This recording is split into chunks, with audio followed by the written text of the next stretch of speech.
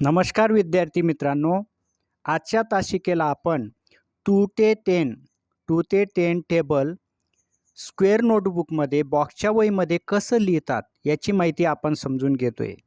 बघा विद्यार्थी मित्रांनो, ज्या विद्यार्थ्याला 1 to 100 हे चांगल्या रीतीने लिहिता येतात त्या विद्यार्थ्याला आपण पुढची पायरी म्हणून 2 ते 10 या टेबलचा सराव देत असतो.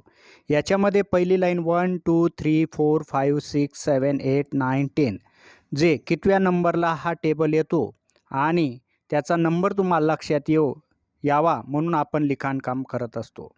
आता ज्या विद्यार्थ्याचं टेबल चांगल्या रीतीने नसतात, पाठांतर असतात, त्याला गणिती क्रिया वेगात जमतात. गुणाकार भागाकाराची ही महत्त्वाची पायरी असते. पहिली दुसरीच्या वर्गाला आपण 2 ते 10 या टेबलचा दररोज सराव देत असतो. तर यामध्ये बघा 2 3 4 हे प्रत्येक टेबलची उंची बघा 2 3 4 5 6 7 8 9 10 प्रत्येक अंकांची उंची ही तुमची सारखी असली पाहिजे. त्यानंतर या दिशेला चारही दिशेला सारखं अंतर तुम्ही सोडलेलं असलं पाहिजे.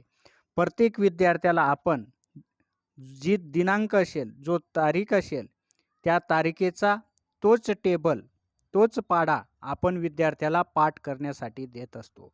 आणि एका विद्यार्थ्याला एका दिवशी 1 टेबल 3 टाइम्स म्हणजे 2 तारीख असेल त्या दिवशी त्याने 2चा टेबल 2 4 6 8 12 10 12 14 16 18 20 या पद्धतीने 3 टाइम्स लिहायचा. अशा पद्धतीने आपण सराव देत असतो.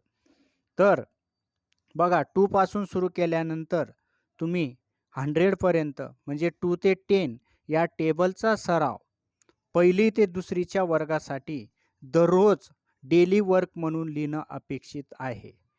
त्यानंतर बोलूनच तुम्ही टेबल लिहिणं खूप महत्त्वाचं आहे.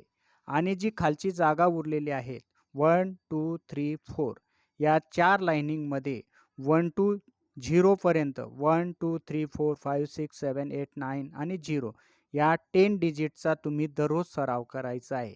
याचा गणितीमध्ये बेरीज वजाबाकी गुणाकार भागाकार आणि बाकीच्या मूलभूत संकल्पना सोडवताना तुम्हाला या नंबरचा खूप उपयोग होत असतो. याचा 2 ते 10चा टेबलचा तुम्ही दररोज सराव कराल अशी आशा बाळगून आजची तासिका संपवतो.